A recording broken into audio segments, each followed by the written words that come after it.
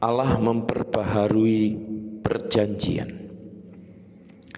Setelah peristiwa itu, Abram mendapat penglihatan dan mendengar Tuhan berkata, "Jangan takut, Abram, aku akan mengganjar engkau."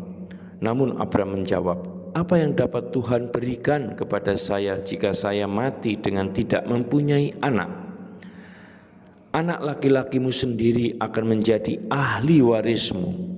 Tuhan membawa Abram keluar lalu berkata kepadanya, "Pandanglah langit dan cobalah menghitung bintang-bintang jika engkau dapat melakukannya."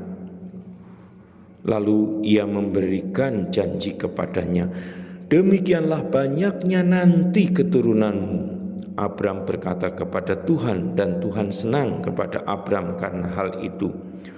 Waktu berlalu, sesuai saran Sarai, Abram mempunyai anak laki-laki dari hamba Sarai bernama Hagar. Demikianlah kebiasaan yang berlaku pada zaman itu.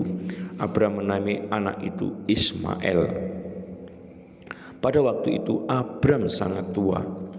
Tuhan menampakkan diri kepadanya dan berkata, "Akulah Allah yang Maha Kuasa.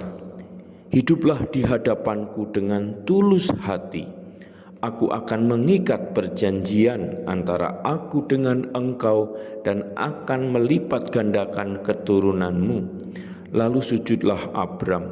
Kemudian Allah berkata, "Kamu akan menjadi bapa dari banyak bangsa. Oleh karena itu, namamu bukan lagi Abram, namamu adalah Abraham. Karena aku akan menjadikan engkau bapa bangsa.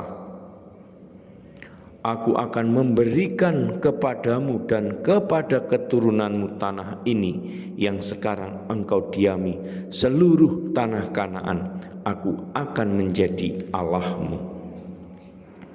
Kemudian Allah berkata kepada Abraham mengenai Sarai istrimu, "Janganlah engkau memanggil dia lagi Sarai, mulai sekarang namanya Sarah. Aku akan memberkatinya dan ia akan melahirkan seorang anak laki-laki. Ya, aku akan memberkati Sarah. Raja-raja bangsa-bangsa akan lahir darinya." Lalu sujudlah Abraham. Ia tertawa dan berpikir dalam hatinya, "Mana mungkin seorang laki-laki yang sudah berumur 100 tahun mendapat anak? Mana mungkin Sarah melahirkan pada usia 90 tahun?" Lalu berkatalah Abram, "Sekiranya Ismail diperkenankan hidup di hadapanmu."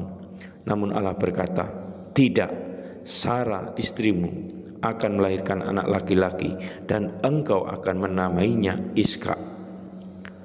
Aku akan mengadakan perjanjian dengan anak itu, namun aku mengabulkan juga permohonanmu mengenai Ismail. Dia akan kuberkati dan kuberi keturunan yang banyak." Saudara dan sahabatku, demikian Heffernan mengisahkan kembali kitab Kejadian bab 15 sampai 17 mengenai Allah memperbaharui perjanjian kepada Abram dan keturunannya. Semoga saya, Anda sahabat semua terinspirasi untuk membuka, membaca dan merenungkan kisah Abraham yang menarik ini.